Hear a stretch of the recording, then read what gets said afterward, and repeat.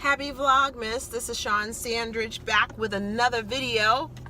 Okay, so hit that like button, subscribe, and tell a friend about me. We are going to talk about something that maybe you're interested in, maybe you've been thinking about it, or you're struggling. So we're going to talk about the ending of the year, holidays, and how to get through it with your eating. Okay? So I want to give you some tips and hopefully some things that you can take on so that if you do not want to do that holiday weight gain, you don't have to. Now, I know some of you may have just fallen off the wagon. You know, December is a difficult month for a lot of people, especially those who work in offices where we're doing potlucks and all of that. And here we are getting towards the eve of the holidays, where we're going to have a weekend filled with holiday activities, going out, happy hour, meeting friends for meals. Here's an example. I got a text from someone inviting my husband and I to come over for some cocktails and some food. Wasn't planning that. We're gonna go. We're going to go shopping tomorrow. We're going to be out. Of course, there's Christmas Eve on Monday. We're celebrating Christmas Eve with our family all together, and then Christmas Day, everybody's going to be in their own separate places.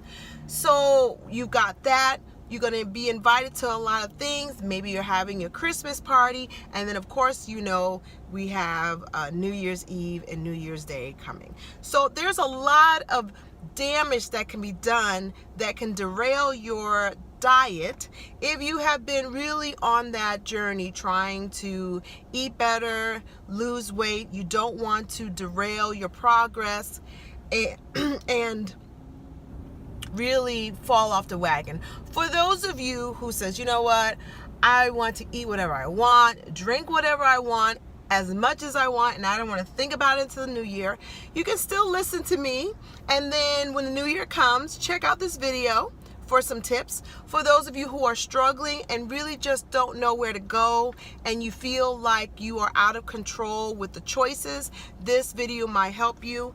And for those of you who have been losing weight, and even if you have been really good, you find the holidays are very difficult to maneuver, I have some tips for you. So let's get to it.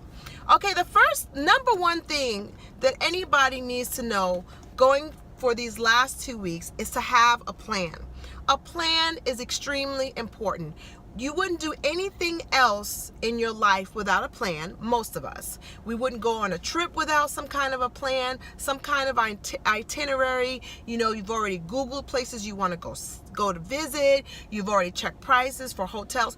We put in a lot of effort into things where it comes to planning for something, and this is a way to keep yourself balanced, keep yourself mindful that you have a plan. Okay, so I'm going to help you with that.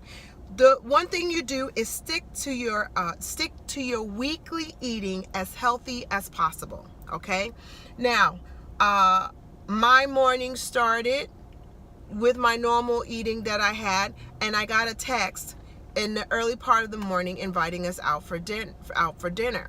So I knew that, okay, I'm going to be eating and drinking tonight, so I am going to really have a light, healthy lunch, an easy snack, and be ready to eat whatever there is. Okay, so weekly, if you know that your weekends are going to be filled with parties, going over to friends' houses, you know, eating out because you're going to eat out with your friends before the holidays, make your eating during the week as healthy as possible. And I want to give you a really easy way of doing it. I'm not talking about keto, paleo, nothing like that. If you are a meat eater or if you're a vegetarian, here is a way to do it. Protein and low sugar fruits for breakfast. Protein, because protein keeps you feeling satisfied It's not like carbs where you can eat something like a donut and those are simple sugars and you're hungry within an hour. If you eat something with protein, whether it's an animal protein or a vegetarian protein, you're going to feel satiated and satisfied longer. And then a low sugar fruit. Low sugar fruit because even if it is artificial fruit or sugary fruit, high sugar fruit, your body metabolizes it the same way. And so again, high sugar fruits, you know, those are something that you should probably keep as a treat. So what are low sugar fruits? All the berries: raspberries, blueberries, cherries, blackberries, pomegranate, even pineapple or avocado. But because it is also a fat, use it in moderation. Okay, so here's a good example. Protein and low sugar berries for breakfast. That can be eggs and fruit. That can be turkey sausage and fruit. Okay, protein and veggies for lunch. That can be a chicken salad, fresh baked or broiled chicken with a salad, or steamed veggies or roasted veggies with light oil. And then for dinner, protein and veggies for dinner. Whatever the protein and veggie is for your choice. And then of course have a healthy snack. Keeping things processed out of your diet during the week is best. Okay, and then of course you want to eat your foods. When we also mean clean, you want to eat it in its basic form as possible, in its rawest form as possible. So what do we mean by that? So like for meat, obviously we're not going to eat raw meat. However, we're not going to have it baked. I mean, we're not going to have it fried. We're not going to have it based in a lot of oil or butter. So you want to have it broiled or roasted using your George Foreman grill, things like that. If you're going to have fish, you want to have it baked or broiled, not fried. If we're going to do vegetables, raw is best. However, steam is good, roasted is good, and season it with things like lemon juice, fresh seasonings, nothing with a lot of oil. And you can also roast vegetables with a light spray of cooking oil as well. Use vinegars in your salad and lemons, and keep oils down to a little bit. Okay, so another way you can do that is to prepare your foods from home as much as possible. Here's the deal. You can find ways to eat out healthily, but during this time, you are probably eating out more than often. So when you are at home, preparing your food is going to keep the sugar, fat, and salt down, okay, because you're making it yourself. And you'll also be able to have leftovers. So that is automatically going to keep your calories down, okay? And also you have control on how the food is prepared, because you're going to be out eating other people's foods, it being prepared differently than what you normally would have. You're going to have higher salt, sugar, and fats that you cannot control. So during the week when you are home and you have control that environment of your food, preparing it yourself as much as possible. Definitely keeping your snacks in portion control and your meals in portion control. If you're not someone who is a huge physically active person, it is probably safe to say you can get away with 4 ounces of protein and maybe 2 cups of vegetables, and also keep your starch. I would say keep your starch down to 1 portion out of the meal per day, because you're going to be involving yourself in foods that are already going to be higher in starches anyway. So during the week, for your weekly meal, so like, okay, say for today, you have a protein and fruit for the morning, and you can decide either for lunch or dinner if you're going to actually put a starch in one of your meals. And that'll also keep your calories down. What else? Use things, okay, we're going to talk about also when you're out, when you're going to all these potlucks, bring a dish that you can eat that you know is going to be a food that you can eat and low in calories. So if you're doing a potluck or you're fixing foods that you're going to go out and eat, bring something that you know that you can eat as well, that you have food that you can control. Let's talk about physical activity. I know a lot of people don't like to talk about this, and obviously if you've been on my channel, you know that I'm a very physical person. I'm not talking about becoming a gym rat. What I want people to do is to be active as much as possible. Believe it or not, a lot of people will have a lot of downtime during the winter, especially if, say, if you're a teacher, you're not going to be in your normal environment going to work. A lot of people have winter times where they're not as active as they were in the spring and the summer. And of course, when we're talking about going to shopping, visiting people will not make their normal routine. And what I say to that is if you are active, stick to your normal active routine as much as possible. If you are not an active person, I would suggest that you find ways to become active or engage in activity, whether it means finding the stairs instead of not using the elevator, parking further. It all adds up. This is a fantastic time to use your Fitness Pal. They have those free apps where you can engage in tracking your miles, getting a pedometer. One thing that I love is my Fitbit, because my Fitbit tells me 10 minutes to the hour, I have a challenge. I have to do 250 steps, within the hour. And I have it set from 7 in the morning till 7 at night.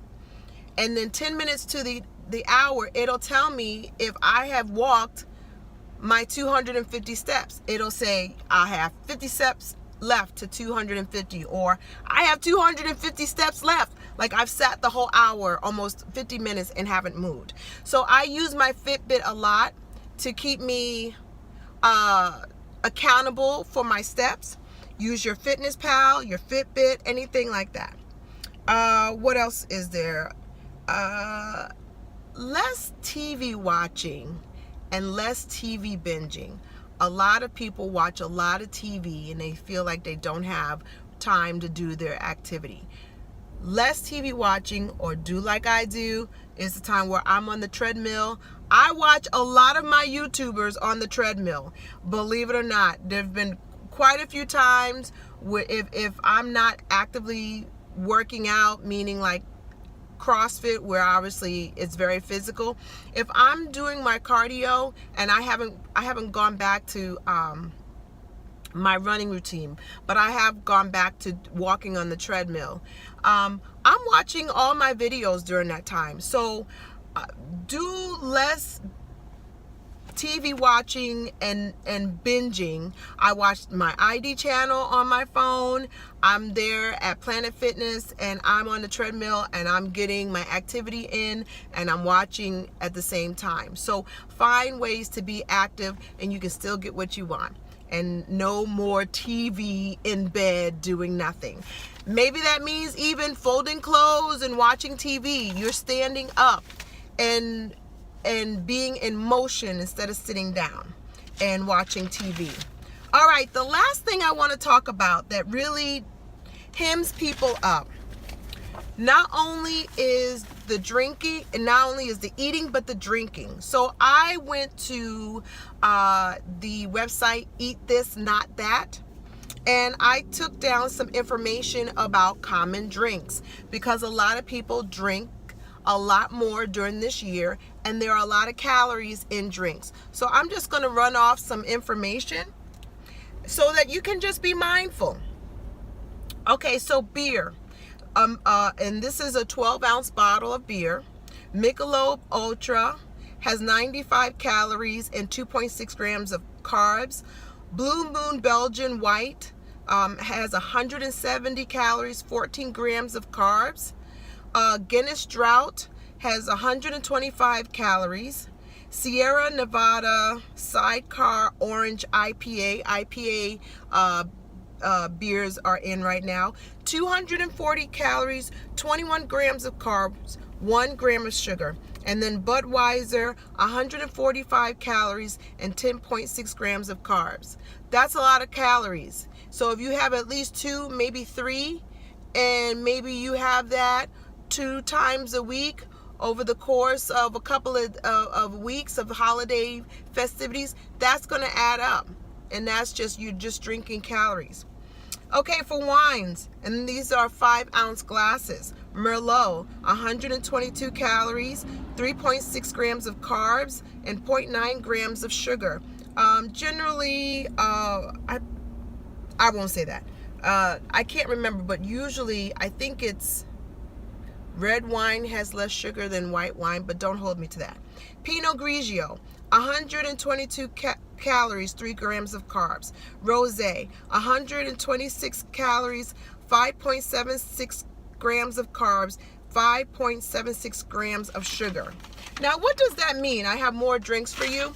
What does that mean? That means that even if you don't know what a particular wine you're drinking, you know mindfully Merlot has this many calories, and a white wine has this many calories, and you can estimate how many calories you are actually taking in. And Moscato is a sweet wine, and most sweet wines will be higher in calories.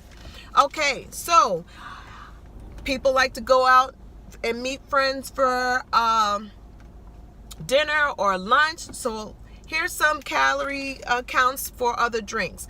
Applebee's Perfect Margarita, 310 calories, 610 milligrams of sodium, 41 grams of carbs, 32 grams of sugar. That's almost like eating a honey bun, 2 honey buns. Chili's Tito's Punch, 320 calories, 53 grams of carbs, 49 grams of sugar. That's like eating a candy bar, 49 grams of sugar. Okay? Vodka soda, per 1.5 ounce shot, having it with seltzer, 96 calories. That is usually your best bet. If you use white liquor, and you use a splash of seltzer, 0 calorie seltzer, and maybe do a splash of fruit, you're going to do better.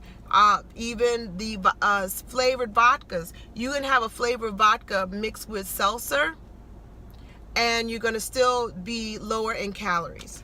Okay, TGI Fridays House Martini, 210 calories, 6 grams of fat, this is probably the olives, 25 grams of carbs, 20 grams of sugar.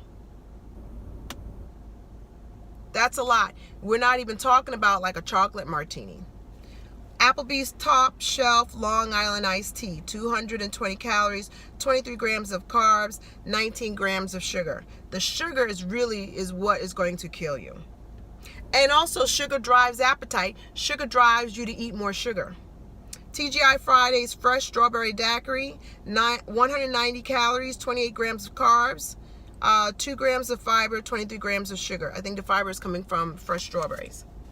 And then the last one I have is the TGI Fridays Cosmo, 150 calories, 9 grams of carbs, 9 grams of sugar. So what does that mean? So I'm giving you some estimates on calories. So if you're going to go out and you're going to get a tall drink, know that it's probably double the calories. If you're going to get a big daiquiri, know that it's double the calories. That'll give you a mindset of how many calories you're ingesting. So this is what I want to end with. Even if you don't drink alcohol, there are a lot of non-alcoholic drinks that can also pack calories. So don't forget to count regular sodas, juices, and also drinks that have mixes in them. Sorry about that. Don't drink your calories. Decide if you will be having your dessert to be food or drink. That's what I normally decide. When I go out to eat, I decide if I'm drinking my dessert or eating my dessert. I don't have them both. Give yourself a drink max. When you're out having fun with your friends and family, decide before you get there, I'm only going to have to drink here, or I drank here and I'm just going to have soda here or something else. And truth be told, if you have a Diet 7-Up, nobody knows what you're drinking. You look festive anyway. So that's another way to get around it. If you're doing wine and maybe you're at home, you can buy those glasses that keeps you accountable of whether it's a 4 ounce, a 6 ounce of wine. Those are always good to keep your portions in control. Build the drinks into your eating. So just like I want you to keep mindful of how to keep yourself clean during the week so that when you're having your festivities, you can give yourself some wiggle room. Make a point to say, I'm not going to drink at home, or I'm not going to have my cocktail at dinner like I would normally do at home. I'm going to save that for going out meeting with my friends for the weekend. And then what else you can do? Take your time eating. And then find non-food ways to enjoy the days of the holidays. You can do that by being the picture taker, help with cleaning up. When you're cleaning up, you're not drinking or eating a lot. Play with the kids. Take a group walk. Many of us, I mean, it's cold here right now in Northwest Indiana, but it was 45 degrees. 45 degrees, bundle up, put a hat on, gloves. You can go out and have an after meal walk. The list is endless, but the number one thing is to make a plan. Make a plan that's something that is doable for you, that is workable for you, and, you know, enjoy the people. Have fun with the food, enjoy the people that you're surrounded with, and before you know it, you'll bring in the new year with a refreshed mind and hopefully not extra pounds. So I hope those tips helped you. This is Vlogmas, I believe number 19. Take care of yourself and each other. Let me know in the comments if you have a plan, if this is a good plan for you, giving you some tips to think about how to navigate the next 2 weeks, and tell me what has been working for you. I also have another resource. There is a website called the National Control Weight Registry, and they have a lot of tips on people who have, I believe it's 10,000 participants who have lost a minimum of 45 pounds. The important thing is that they've kept it off for the minimum of a year. Some have kept it off as long as 10 years, and they give some really great tips on what has helped those weight loss losers do on a daily basis to keep their weight maintenance. So I hope that information helps. Talk to you tomorrow for Vlogmas. Bye.